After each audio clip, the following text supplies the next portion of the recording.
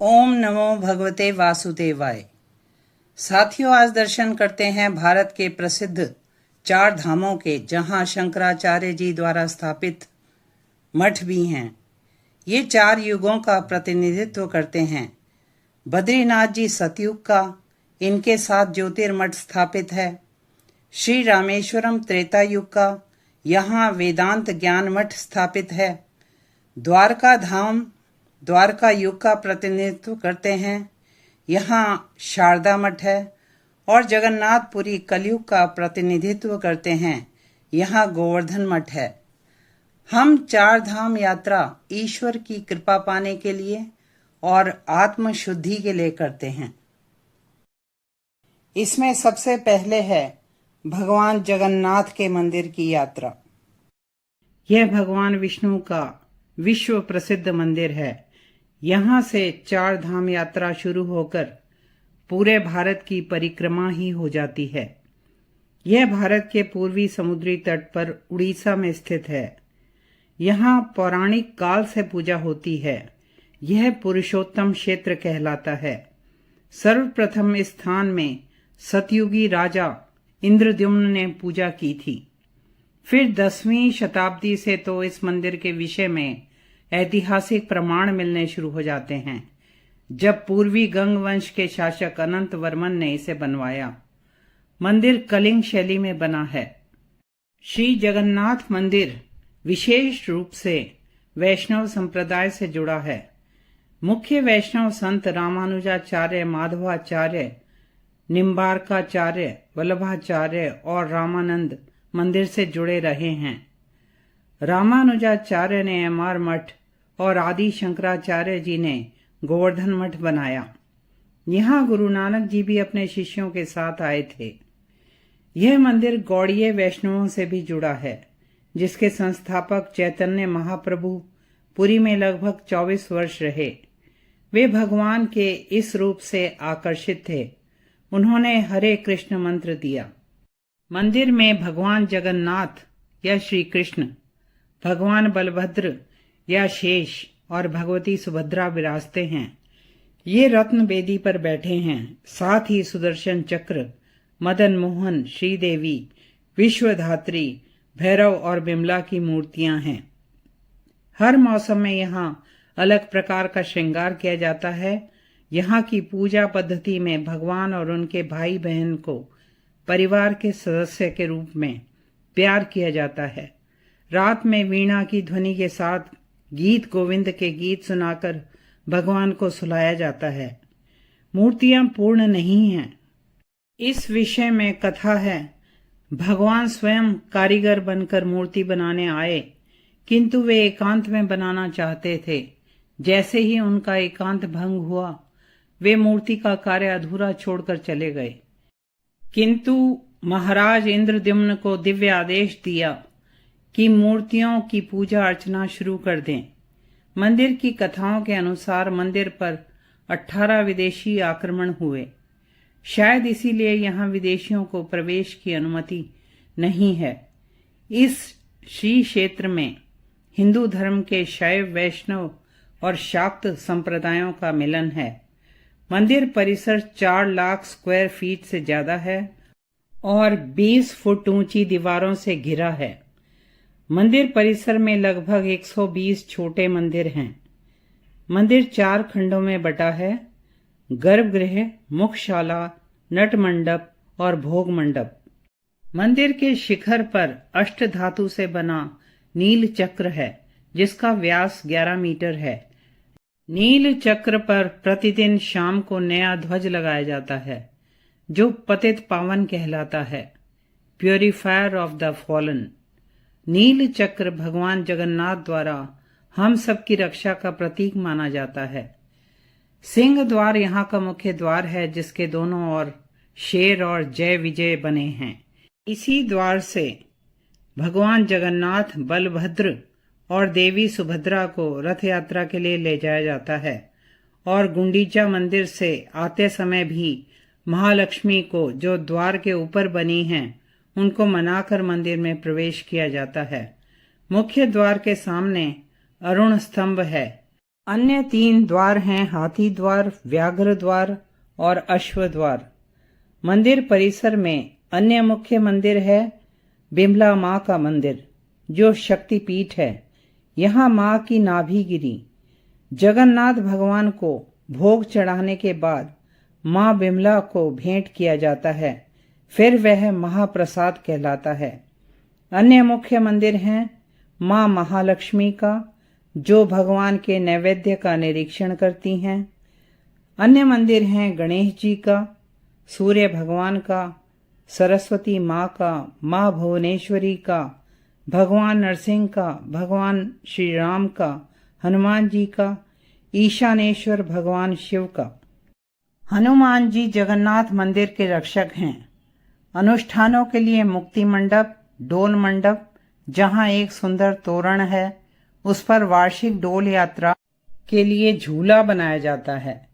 स्नान वेदी पर तीनों मूर्तियों का वार्षिक स्नान धूमधाम से कराया जाता है। भगवान को 6 बार भोग लगाया जाता है। खाना 2 कुओं से, जिनका नाम गंगा और जमुना है, उनके जल से बनाया जाता है। मंदिर के प्रमुख त्योहार हैं रथ यात्रा, चंदन यात्रा, स्नान यात्रा, नव कलेवर, और सबसे प्रमुख है रथ यात्रा, जिसमें तीनों भगवान 3 किलोमीटर दूर गुंडीचा मंदिर तक जाते हैं। वहां लगभग 9 दिन रहते हैं और लौटते वक्त मौसी माँ के मंदिर में रुककर फिर वापस जगन्नाथ मंदिर में आते हैं। रथ यात्रा में सभी धर्मों के, जातियों के लोग भगवान का दर्शन करते हैं, क्योंकि भगवान मंदिर से बाहर आते हैं। मंदिर के अंदर केवल सनातन धर्मी जा सकते हैं। रथ लकड़ी के बने होते हैं और भक्त रथों की रस्सी खींचते हैं। जो भक्त रस्सी खींच पाते हैं वे अपने को सौभाग्यशाली समझते हैं।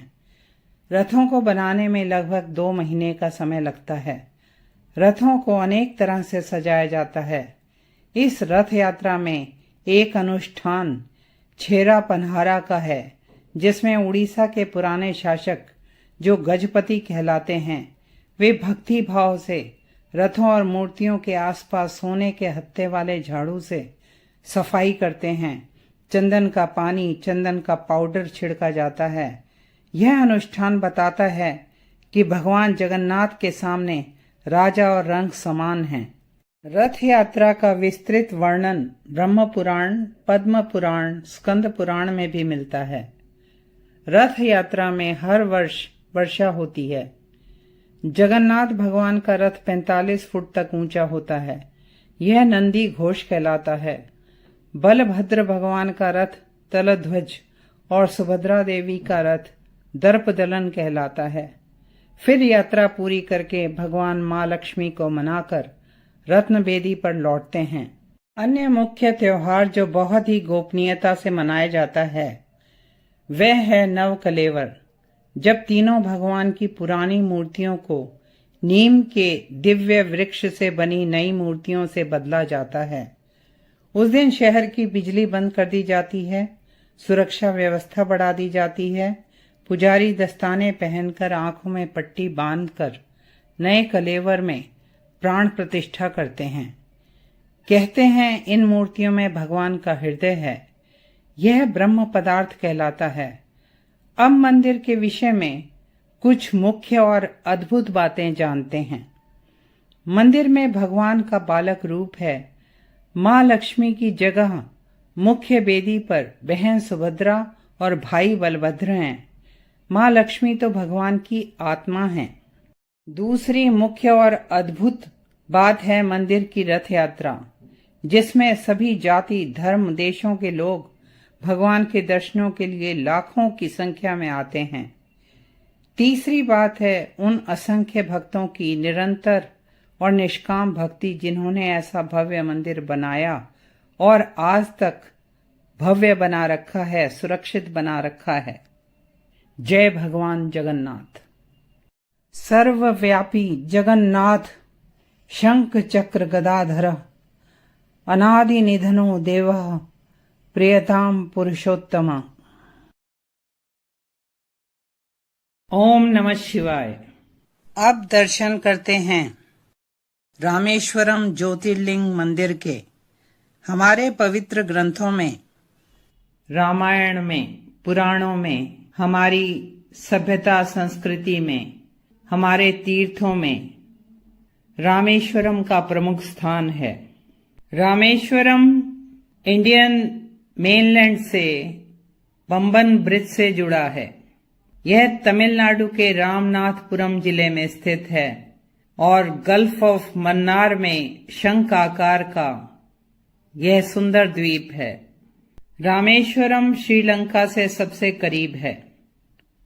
12 ज्योतिर्लिंगों में से यह सबसे दक्षिणी बिंदु में है।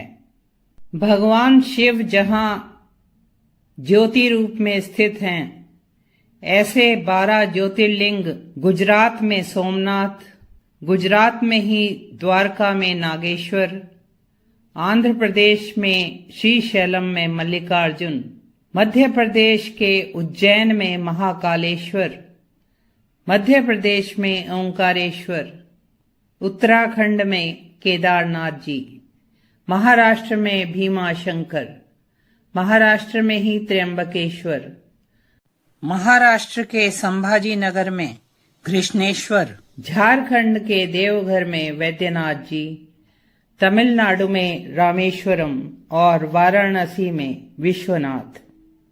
यह तीर्थ आदि शंकराचार्य जी द्वारा निश्चित 4 धामों और 4 मठों में से एक है। अन्य 3 हैं बद्रीनाथ जी, जगन्नाथपुरी और द्वारकाधीश मंदिर। शिव पुराण के अनुसार श्री राम, जो भगवान विष्णु के 7वें अवतार थे, उन्होंने समुद्र लांघने से पहले शिव भक्त रावण पर विजय प्राप्त करने के लिए भगवान शिव की आराधना की। भगवान शिव माता पार्वती और पार्षदों सहित उनकी आराधना से प्रसन्न हुए। उन्होंने दर्शन दिए और विजय का वरदान दिया। श्री राम ने संसार को पवित्र करने के लिए भगवान शिव से यहीं निवास करने की प्रार्थना की और भगवान शिवलिंग रूप में स्थित होकर रामेश्वर नाम से प्रसिद्ध हुए। पुराणों के अनुसार भगवान राम, लक्ष्मण और सीता जी ने युद्ध विजय के बाद भी कृतज्ञता प्रकट करने के लिए शिवजी की आराधना की थी। उन्होंने यहाँ शिवलिंग बनाया और रावण वध के बाद ब्राह्मण हत्या के पश्चाताप स्वरूप आराधना की। रामनाथ स्वामी मंदिर अर्थात भगवान राम के गुरु शिवजी का मंदिर। यहाँ 2 शिवलिंग हैं। मुख्य मंदिर में शिवलिंगम विश्वलिंगम कहलाता है, जो हनुमान जी द्वारा कैलाश से लाया गया, और रामलिंगम मां सीता द्वारा बनाया गया। यहाँ से कुछ ही किलोमीटर की दूरी पर धनुषकोटी बीच है, जहां बंगाल की खाड़ी और हिंद महासागर मिलते हैं। भगवान राम और उनकी वानर सेना द्वारा बनाया गया राम सेतु यहीं पर है, जहां राम नाम लिखने पर पत्थर भी तैरे थे। राम सेतु मां सीता को रावण की कैद से छुड़ाने के लिए बनाया गया था, लेकिन यहाँ ध्यान रखना पड़ेगा कि यहाँ दिन में ही जाना चाहिए, रात को यह इलाका सुनसान हो जाता है। रामेश्वरम मंदिर में मुख्य मंदिर काले ग्रेनाइट पत्थर का है। ये दूर से नावों में पानी के जहाज में लाए गए होंगे, क्योंकि आसपास ऐसे पत्थर नहीं हैं। गर्भगृह के ऊपर विमान में स्वर्ण पत्र की सजावट है। मंदिर में 17.5 फीट ऊंचे नंदी हैं। मंदिर परिसर में ही सेतु माधव अर्थात भगवान विष्णु, विशालाक्षी, महागणपति, नटराज, मां पार्वती, आंजनेय, रामनाथ स्वामी, सुब्रमण्यम स्वामी, महालक्ष्मी के छोटे मंदिर हैं। रामेश्वरम मंदिर में भारत का सबसे लंबा सुंदर चित्रकारी वाला गलियारा है, जिसमें 1212 स्तंभों पर नक्काशी है, रंगीन छत है और सारे गलियारों की लंबाई 3850 फीट होगी। मंदिर में 22 तीर्थ जलकुंड हैं जिनका अलग अलग तापमान है। पहले भक्त समुद्र में स्नान करते हैं, फिर 22 कुओं से जल लेकर स्नान किया जाता है और फिर ज्योतिर्लिंग के दर्शन करते हैं। एक हिंदू के लिए आत्म मुक्ति के लिए वाराणसी और रामेश्वरम के दर्शन करना आवश्यक बताया जाता है। मंदिर में भव्य गोपुरम और मंडप हैं। मंदिर का प्रवेश द्वार का गोपुरम 40 मीटर का है और राज गोपुरम 53 मीटर ऊंचा है। मंदिर को बढ़ाने का कार्य, निर्माण का कार्य और सौंदर्यीकरण का कार्य समय समय पर दक्षिण भारत के शासकों और धनी लोगों ने करवाया। रामेश्वरम और राम सेतु तो काफी प्राचीन हैं, लेकिन रामनाथ स्वामी मंदिर 800 वर्ष पुराना ही बताया जाता है। यह मंदिर पांड्य वंश के समय बढ़ाया गया।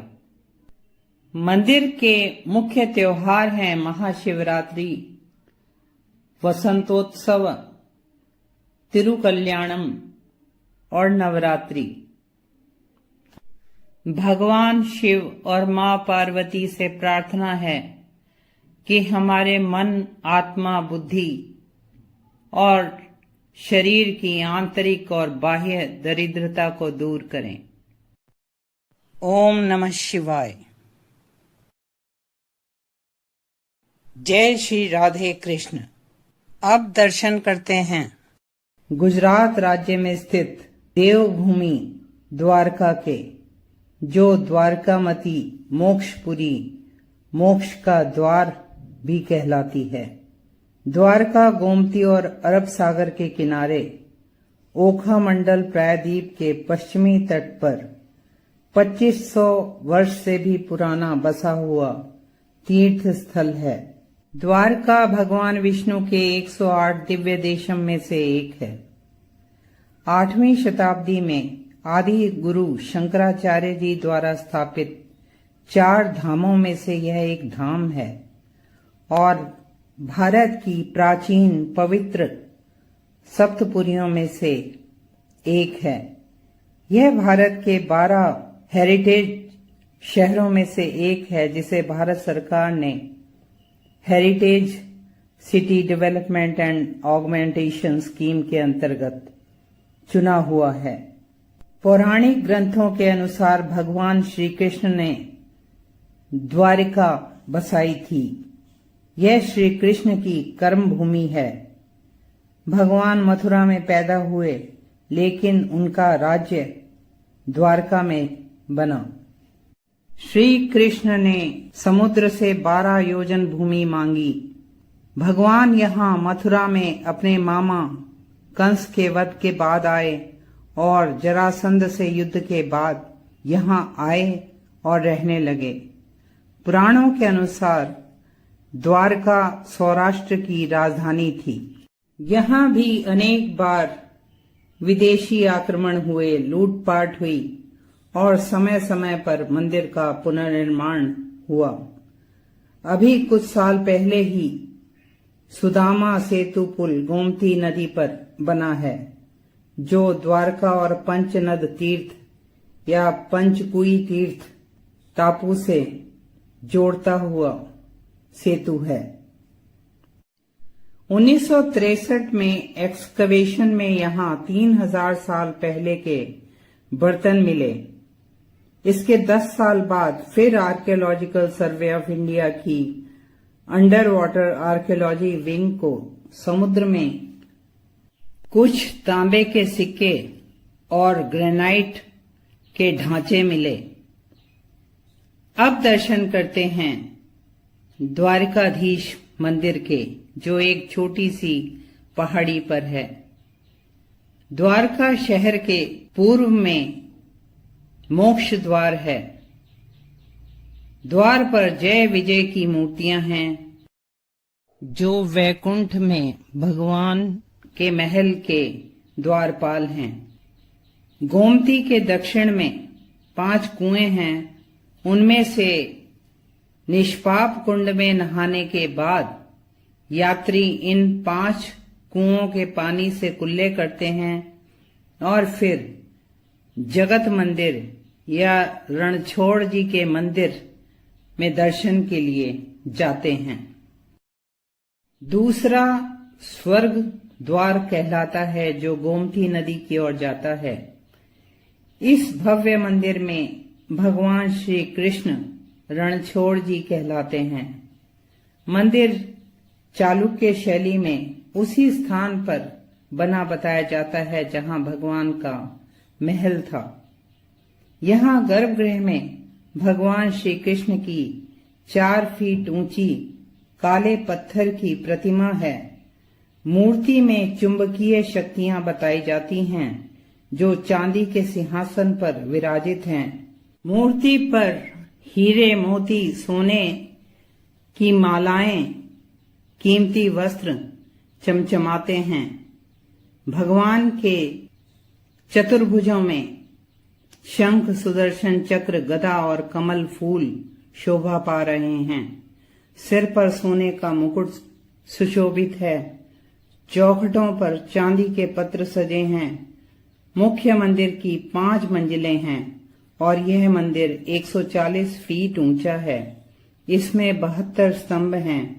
कहा जाता है मंदिर का प्रबंधन वल्लभाचार्य जी के वंशज करते हैं।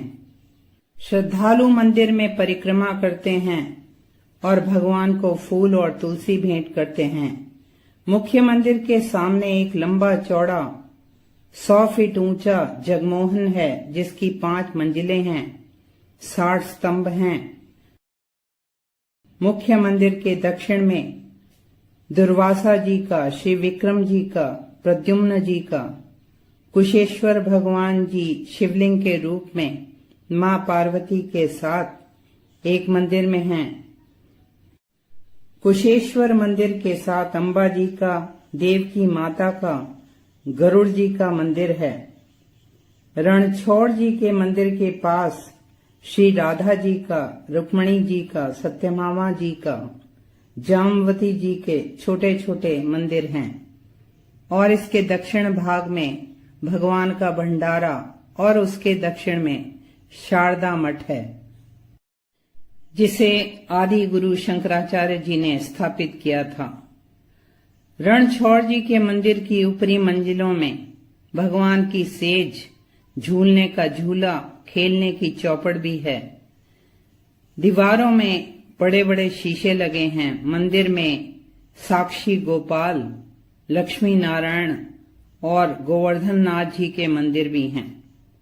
मंदिर के ऊपर शीर्ष पर भक्तों की आस्था का प्रतीक तिकोना ध्वज लहराता है, जिसकी लंबाई 52 गज होती है। इस पर सूरज और चांद बने होते हैं और जब तक ये सूरज और चांद ध्वज में रहेंगे, तब तक धरती पर भगवान श्री कृष्ण का राज्य रहेगा।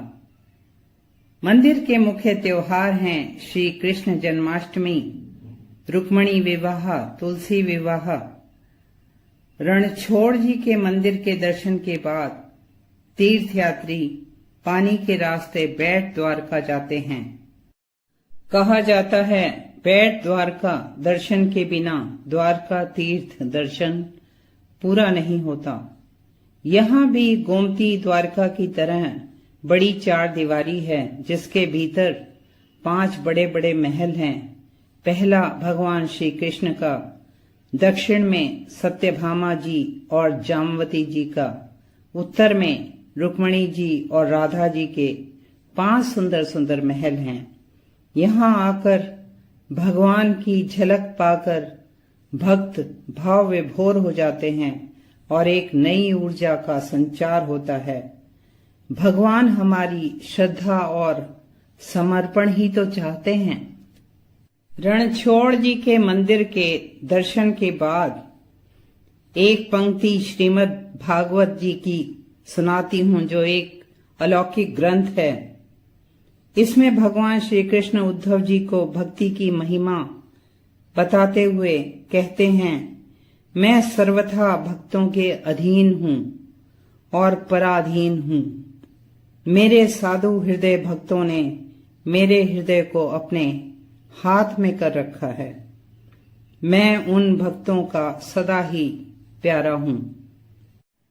जय श्री राधे कृष्ण। जय श्री बद्री विशाल। अब दर्शन करते हैं भगवान बद्री नारायण के, जो भगवान विष्णु का रूप हैं। मंदिर उत्तराखंड के चमोली जिले में अलकनंदा नदी के किनारे नदी से 50 मीटर की ऊंचाई पर है। यह भगवान विष्णु के 108 दिव्य देशम में से एक है। बद्रीनाथ धाम 8वीं शताब्दी में शंकराचार्य जी द्वारा स्थापित 4 धामों में से एक है। ये 4 बड़े धाम हैं। उत्तर में बद्रीनाथ जी, पूर्व में उड़ीसा में पुरी के जगन्नाथ जी, पश्चिम में गुजरात में द्वारकाधीश और दक्षिण में रामेश्वरम। इन चारों स्थानों में मठ भी हैं। बद्रीनाथ जी 4 छोटे धामों में से एक हैं। गंगोत्री, जमुनोत्री, बद्रीनाथ जी और केदारनाथ जी। इन्हीं चारों धामों की तरह यहाँ भी 6 महीने के लिए सर्दियों में मंदिर बंद रहता है। उस समय पूजा जोशी मठ में की जाती है। यहाँ एक दीपक शाश्वत जलता है। बद्रीनाथ जी सप्त बद्री में से एक हैं। सप्त बद्री हैं योग ध्यान बद्री, वृद्ध बद्री, बद्री विशाल, भविष्य बद्री, आदि बद्री, अर्ध बद्री, ध्यान बद्री। ये सप्त बद्री हैं। यहाँ पहाड़ की ऊंचाई 3133 मीटर की है। मंदिर नर नारायण पर्वत के बीच है। मंदिर का वर्णन वैदिक साहित्य में है। बद्रीनाथ जी सतयुग में मुक्ति प्रदा, त्रेता युग में योग सिद्ध, द्वापर में मणिभद्र या विशाला तीर्थ और कलयुग में बद्रिकाश्रम या बद्री नारायण नाम से प्रसिद्ध हैं। कहते हैं यहाँ पहले बद्री के वन थे, इस कारण यह बद्रिकाश्रम कहलाता है। नाम के संबंध में कथा प्रचलित है कि भगवान विष्णु जब यहाँ तपस्या में लीन थे तो भारी हिमपात होने लगा। माता लक्ष्मी ने यह देख बद्री का रूप धारण करके भगवान विष्णु को धूप, वर्षा और हिमपात से बचाया। यहाँ माँ लक्ष्मी बद्री देवी भी कहलाती हैं। भगवान विष्णु के साथ उन्होंने भी वृक्ष रूप में तप किया। उनके तप को देखकर भगवान विष्णु ने माता लक्ष्मी से कहा, इस धाम में मुझे तुम्हारे साथ पूजा जाएगा। मुझे बद्रीनाथ के नाम से जाना जाएगा। बद्रीनाथ जी से संबंधित अनेक प्रचलित कथाएं हैं। एक कथा के अनुसार यह स्थान केदार खंड में था। भगवान विष्णु ने यह स्थान ध्यान योग के लिए बाल रूप में माता पार्वती और भगवान शिव से मांगा। एक अन्य कथा है कि यहाँ नर नारायण ने तपस्या की, जो अगले जन्म में कृष्ण और अर्जुन बने। व्यास जी ने यहाँ महाभारत लिखी। पांडवों ने यहाँ पितरों का पिंडदान किया। तभी से ब्रह्म कपाल क्षेत्र में तीर्थयात्री अपने पितरों की शांति के लिए यहाँ पिंडदान करते हैं। मंदिर में हर वर्ष लाखों तीर्थयात्री भगवान के दर्शन करते हैं। मंदिर पहुंचने के लिए कुछ सीढ़ियां हैं जिससे सिंह द्वार तक पहुंचते हैं। द्वार पर 3 स्वर्ण कलश हैं। छत पर विशाल घंटी है। गर्भगृह में भगवान बद्री नारायण की 1 फुट की शालीग्राम की स्वयंभू मूर्ति है। गर्भगृह के साथ एक दर्शन मंडप और सभा मंडप हैं। भगवान बद्री विशाल की मूर्ति एक बद्री वृक्ष के नीचे एक सोने के चंदवा पर रखी है। गर्भगृह के ऊपर एक शंक्वाकार 15 फुट की दीवार है। शीर्ष पर स्वर्ण पत्र की सजावट है। मंदिर की दीवारों और स्तंभों में नक्काशी है। गर्भगृह में भगवान के हाथों में शंख चक्र हैं। योग मुद्रा में बैठे हैं। मूर्ति के ललाट पर हीरा जड़ा है। गर्भगृह में ही कुबेर, उद्धव, नारद और नर नारायण की मूर्तियां हैं। मंदिर परिसर में लक्ष्मी जी, गरुड़ जी, नवदुर्गा, लक्ष्मी नरसिंह भगवान, आदि शंकराचार्य, नर नारायण, घंटाकर्ण और रामानुजाचार्य जी के छोटे मंदिर भी हैं। बद्रीनाथ जी में सारी मूर्तियां शालिग्राम से बनी हैं। बद्रीनाथ जी के मुख्य पुजारी रावल कहलाते हैं, जो केरल के नमूदरी ब्राह्मण होते हैं। मंदिर के सभी धार्मिक अनुष्ठान भक्तों के सामने ही किए जाते हैं। भगवान को वन तुलसी की माला, चने की कच्ची दाल, गिरी का गोला और मिश्री का प्रसाद चढ़ाया जाता है और मंदिर से यही प्रसाद और पंचामृत मिलता है। मंदिर से कुछ नीचे तप्त कुंड में गर्म पानी के स्रोत हैं। यहाँ भक्त मंदिर में दर्शन से पहले स्नान करते हैं। इस जल में औषधीय गुण हैं। इस जल का तापमान 55 डिग्री से ऊपर रहता है, जबकि बाहर का तापमान 17 डिग्री से नीचे रहता है। ये सूर्य कुंड और नारद कुंड कहलाते हैं। बद्रीनाथ जी के मंदिर के मुख्य त्योहार हैं माता मूर्ति का मेला, पृथ्वी पर गंगा अवतरण का त्योहार, मकर संक्रांति, कृष्ण जन्माष्टमी, वसंत पंचमी, भिटौली, वट सावित्री, हरेला। 8 दिन चलने वाला बद्री केदार उत्सव यहाँ मनाया जाता है, जिसमें अनेक कलाकार भाग लेते हैं। बहूनि सन्ति तीर्थानि दिव्य भूमि रसातले, बद्री सदृश तीर्थम न भूतो न भविष्यति। बद्रीनाथ जी जैसा तीर्थ न कभी था न कभी होगा। साथियों, ऐसे दिव्य धामों की जानकारी प्राप्त करने के लिए और ऐसे दिव्य धामों के दर्शन करने के लिए इस चैनल को लाइक, शेयर और सब्सक्राइब अवश्य करें। जय बद्री विशाल।